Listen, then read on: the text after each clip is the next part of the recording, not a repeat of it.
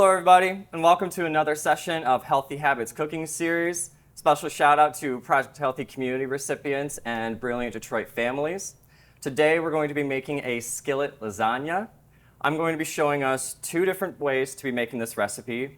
One way is going to be using a skillet, and for those of you who don't have access to a skillet and just a baking dish, I'll show you how to make it that way as well. For those of you who have a skillet handy, you're going to want to get out your skillet and start heating up some oil. We're going to be using some onions and garlic to add some flavor to this dish, so you're going to want to start by getting those sauteing. Add those in. Now, if you have a skillet, the point for this recipe is that everything will cook in the skillet and then finish baking in the skillet.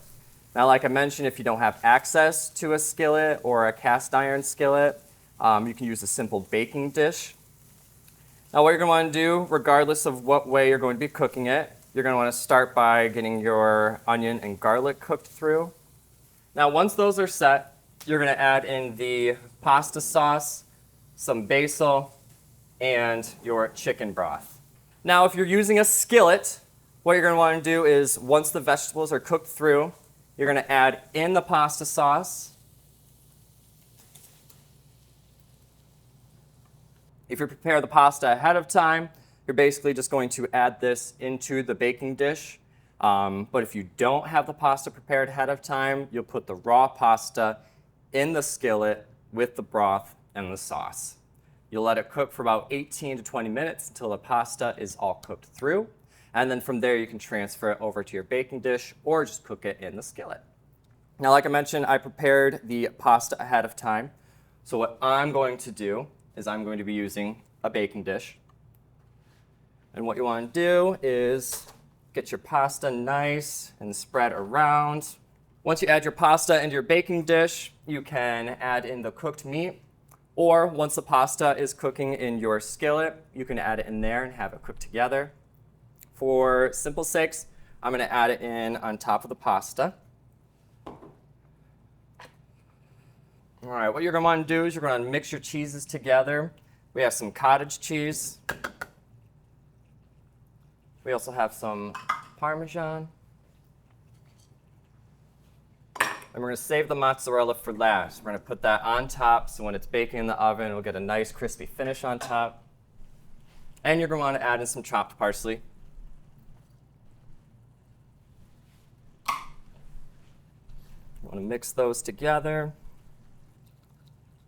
Now what I'm going to do is I'm going to dollop this cheese mixture on top. You do not want to mix it in. It'll all bake together in the oven. You just want to make little dollops on top.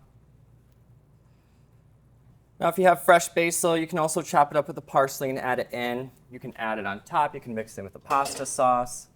What I'm going to do is just do a nice little drizzle on top with this basil paste. Just add a little bit of flavor in there. Once the pasta sauce is nice and heated up and all the vegetables are cooked thoroughly, we'll transfer that over on top as well. Now again, if you're doing the one skillet option, you'll be adding all the ingredients onto your skillet, but you're going to want to follow the same order. So you're going to have the pasta and the sauce, you want to add the dollops of cheese on top, add in the meat, and then sprinkle the mozzarella on top.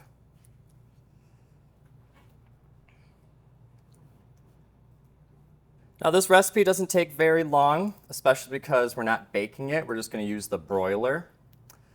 You can use a low heat, or you can do a high heat on the low shelf. You're just going to want to make sure you keep a close eye on it because it does get quite hot and you don't want to over bake it and have any burnt cheese on top.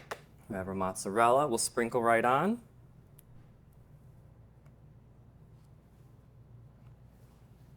And then you'll put it in the oven using the broiler.